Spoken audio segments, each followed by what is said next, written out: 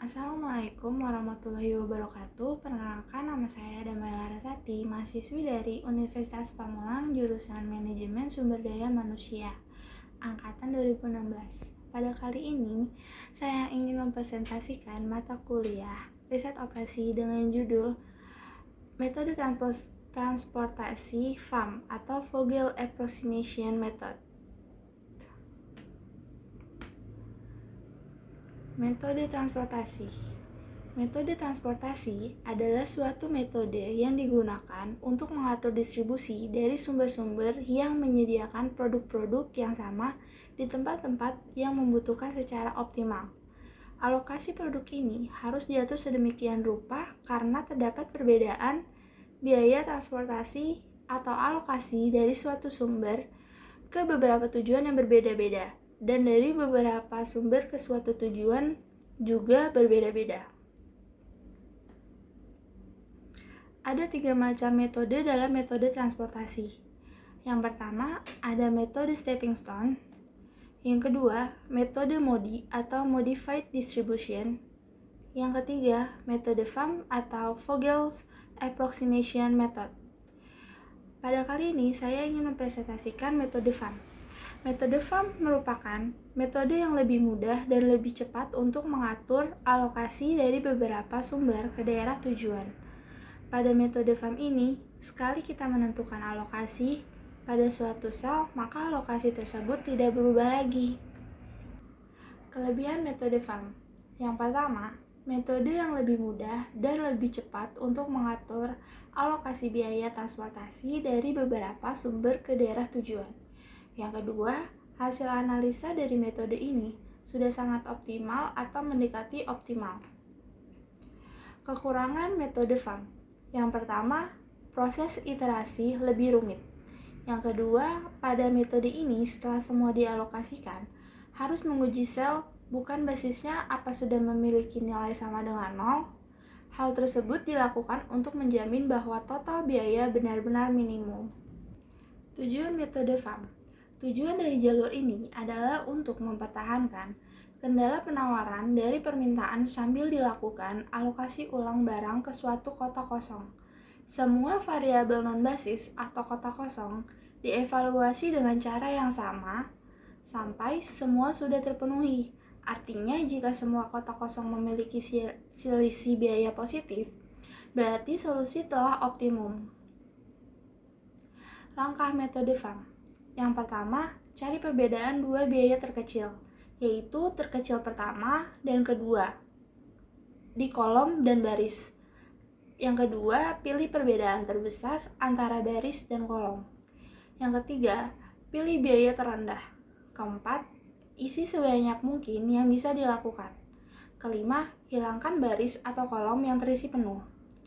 Yang keenam, ulangi langkah 1-5 sampai semua baris dan kolom seluruhnya sudah teralokasikan. Contoh persoalan model transportasi. Suatu perusahaan semen mempunyai 3 pabrik di 3 tempat yang berbeda, yaitu PW, PH, dan PP, dengan kapasitas masing-masing 90, 60, dan 50 ton per bulan. Produk semen yang dihasilkan dikirim ke 3 lokasi penjualan, yaitu GA, GB, dan GC, dengan permintaan penjualan masing-masing 50, 110, dan 40. Ongkos angkut dari masing-masing pabrik ke lokasi penjualan adalah sebagai berikut. Di sini ada tabel yang menunjukkan gudang A, gudang B, dan gudang C. Pertanyaannya, bagaimana cara perusahaan mengalokasikan pengiriman semen dari ketiga pabrik ke 3 lokasi penjualan agar biaya pengiriman minimum? Langkah-langkah pengerjaan. 1. Buatlah tabel awal. 2. Tentukan angka. Bantu di sudut-sudut tabel dengan cara cari dan hitung selisih angka biaya transport terkecil dengan angka biaya transport yang lebih besar pada peringkat berikutnya dalam setiap baris dan kolom masing-masing. Dalam soal tersebut, di atas berarti 20 kurang 15 sama dengan 5, dan seterusnya. Untuk baris dalam soal tersebut berarti 19 kurang 10 sama dengan 9, dan seterusnya.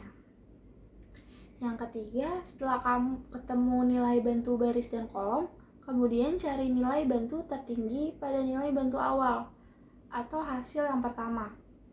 Hal ini menandakan kolom atau baris yang akan kita isi. Untuk soal di atas, berarti baris pabrik P dengan nilai bantu paling besar 9. Kemudian cari dari baris pabrik P yang merupakan biaya terkecil. Maka ketemu biaya angkut sebesar 10.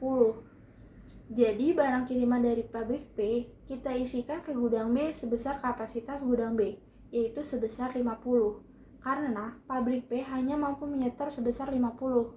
Apabila kolom atau baris telah sesuai dengan kapasitas gudang maupun kapasitas kiriman pabrik, maka arsirlah agar tidak mengganggu aktivitas selanjutnya.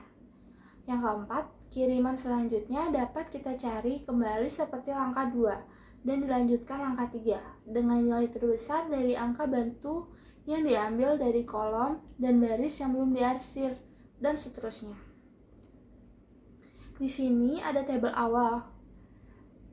Angka 10 itu adalah biaya terkecil. Pabrik P diarsir. Kemudian tabel selanjutnya,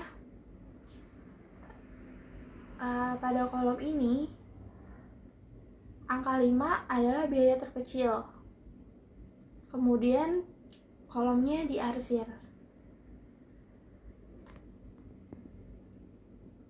Tabel selanjutnya, angka 8 adalah biaya terkecil. Kemudian kolomnya diarsir.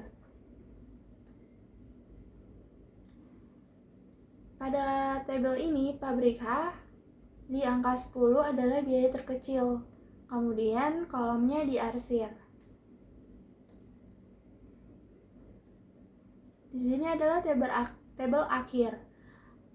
Pabrik W di gudang B 60, pabrik W di gudang C 30, pabrik H di gudang A 50, pabrik H di gudang C 10, pabrik P di gudang B 50. Jumlah biaya yang dikeluarkan sebesar 50 kali 15 ditambah 60 kali 5 ditambah 50 kali 10 ditambah 30 kali 8 ditambah 30 kali 9 sama dengan 2.360 per ton semen.